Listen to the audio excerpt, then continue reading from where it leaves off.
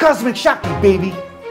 To purchase t-shirts and merchandise with my art on it, just click on the eye on the top right hand side of the screen and it will take you right to my shop.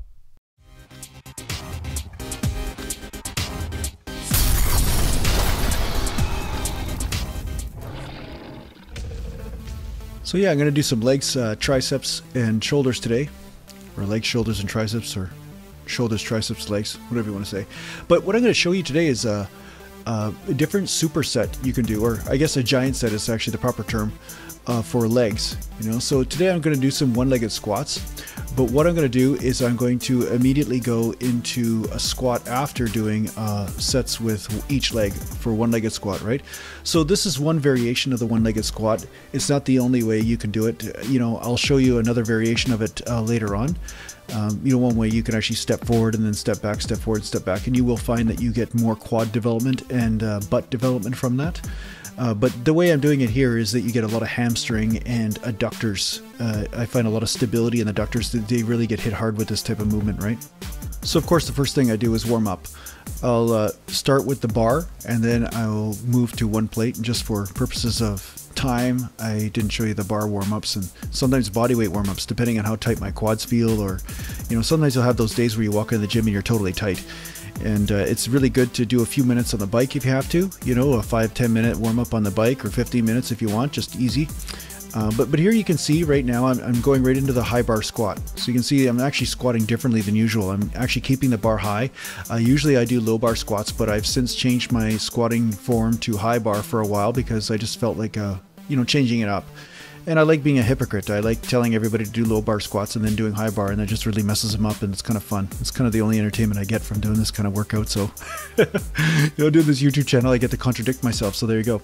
But anyway, yeah, so you can see the one-legged squat. I start with the right leg. Now, a lot of people, you know, I ask them to start with different legs. You know, one time start with left, then next time start with right. But you'll notice that I start with the right more often because my right quad seems to be a little bit less, you know, there's a little bit less size on my right quad for whatever reason. And, you know, so you always want to work with your weak links first. So here I go, you know, so I do as many reps as I can with each leg. And then I go right into the squat. And of course, this burns like hell. It's actually a great movement. So I highly recommend this giant set if you're looking at getting some leg development. You know, you do some pretty heavy one-legged squats and then you go right into a squat after. And yeah, it just really does the number on the quads and the hamstrings and the butt, right? So. And of course, you don't have to do this movement in khakis, just so you know. You don't have to actually work out in khakis. Some of you might have been really confused about that. But no, you can actually work out in sweatpants, shorts, whatever you wish. The khakis are not going to add extra muscle mass or not give you any more gains, just so you know. Okay, so I just want to be totally clear about that. But yeah, I was kind of thinking the other day that, you know, it'd be great to have a sponsor for a YouTube channel, you know. It always helps to kind of pay the bills, you know. I wonder, you know, what kind of sponsor I could get, you know. Maybe I should look into, you know, hair care products. I don't know. What do you guys think?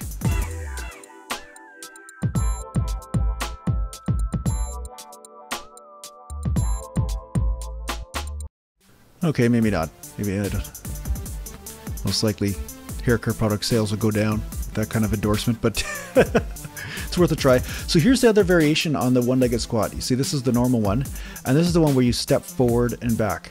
So this one, you will feel your quads a lot more and you will feel your butt, but you'll also notice that stability actually becomes a weak link as well, you know, because you have to balance on one foot as you're coming forward. So, you know, this is also a variation that you can try with both legs. And I would highly recommend just varying up your one-legged squat and trying different ways. And this is definitely one way that is a very effective way to really hit different parts of the muscle.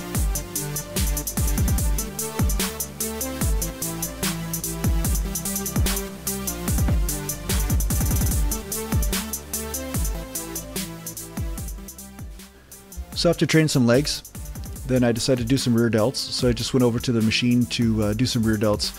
I like the constant tension from the machine. I do use dumbbells, and you've seen me in different videos do different variations of rear delt work and external rotator cuff work, which I highly recommend. I highly recommend you do a lot of external rotation type work because the chest and the back are internal rotators, and you know, they're pretty big muscle groups, so they're pretty strong. So it's very important to work your external rotation. Okay. But on this machine today, I just figured I'm just going to hit some rear delts. And I noticed that my left shoulder was a little tight, you know, and lately it's been tight in the rear delt department. So, you know, I did a few sets like this. And then I went over and actually did a massage technique on my back just to work out some of the knots, and it helps loosen up the area and get it all moving properly, right? Because a lot of this movement is, you know, you stick the chest out and you pull back the shoulder blades. So there's a lot of muscles that you hit as well as the rear delt. It's not just hitting the rear delt. You're hitting the rhomboids and the traps, and you're hitting, you know, your infraspinatus muscle and your rotator cuff. And so there are a lot of muscles that play into it. So if you're noticing that when you do an exercise, it doesn't matter what type of exercise you're doing, but if you notice that you're getting pain, it's not always because the muscle you think you're training is the one that's responsible. Sometimes it's an assister muscle or another muscle that's being worked from that compound movement that is actually contributing to the pain. You know, I've seen guys with shoulder pain caused from, you know, bicep tightness. You know, not necessarily rotator cuff tightness. Sometimes it can be caused from rotator cuff tightness, or sometimes pec tightness, or sometimes lat tightness. You know, so there's a lot of different factors that can play into your body having pain or not functioning right, or not being at the optimal peak for strength, right? So yeah, so in between sets, sometimes I'll stretch out and I'll, you know, in between chatting, because chatting is more important, right? And what I'll do is I'll actually walk over to a machine like this and use the machine for what it's truly for. You know, I look around to make sure everybody notices. So you see, I'm teaching everybody how to use a machine.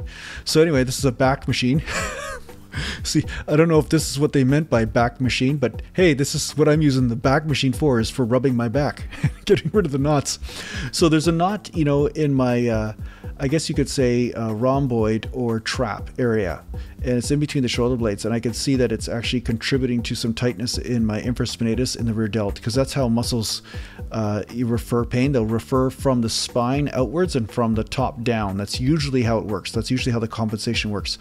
So anyway, I start working in that area, and I can feel like when I get the knot, it'll actually radiate pain or radiate tightness into the area with which I want to fix, or where I want to fix. And then I just hold it until there's a fading, or the muscle just basically twitches and then relaxes. That's when you know you've hit the trigger point, and it finally just relaxes. So then I went back for my final set, and then it felt great. You know, everything felt smooth, everything was moving right. So it's like I always say, it's kind of like grooming the feathers, right? As you groom the feathers, then the wings and everything start to fall into place.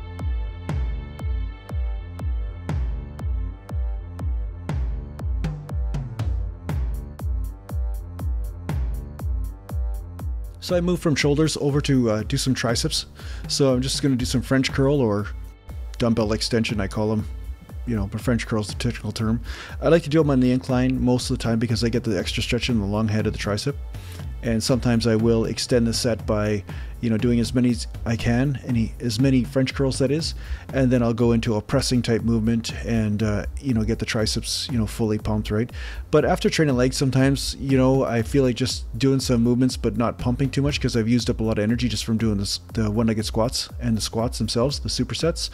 And yeah, so you'll have your days where you feel like pushing certain body parts harder than others, and sometimes you just want to do a little bit heavier sets and not go into the burn and the pump, and sometimes you just want to go into the lighter sets and just really pump up a muscle and really kind of push it into fatigue, right?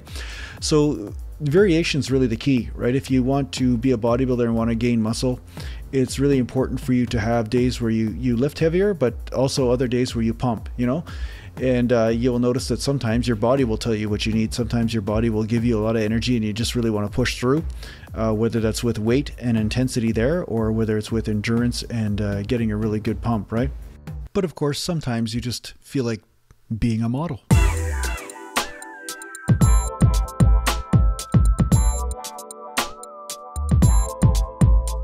Even if you're not very good at it.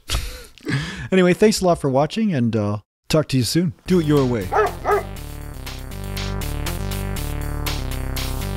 Now you know my name. Calling me in a drought. I came to Ridge in 215 and sorted it all out.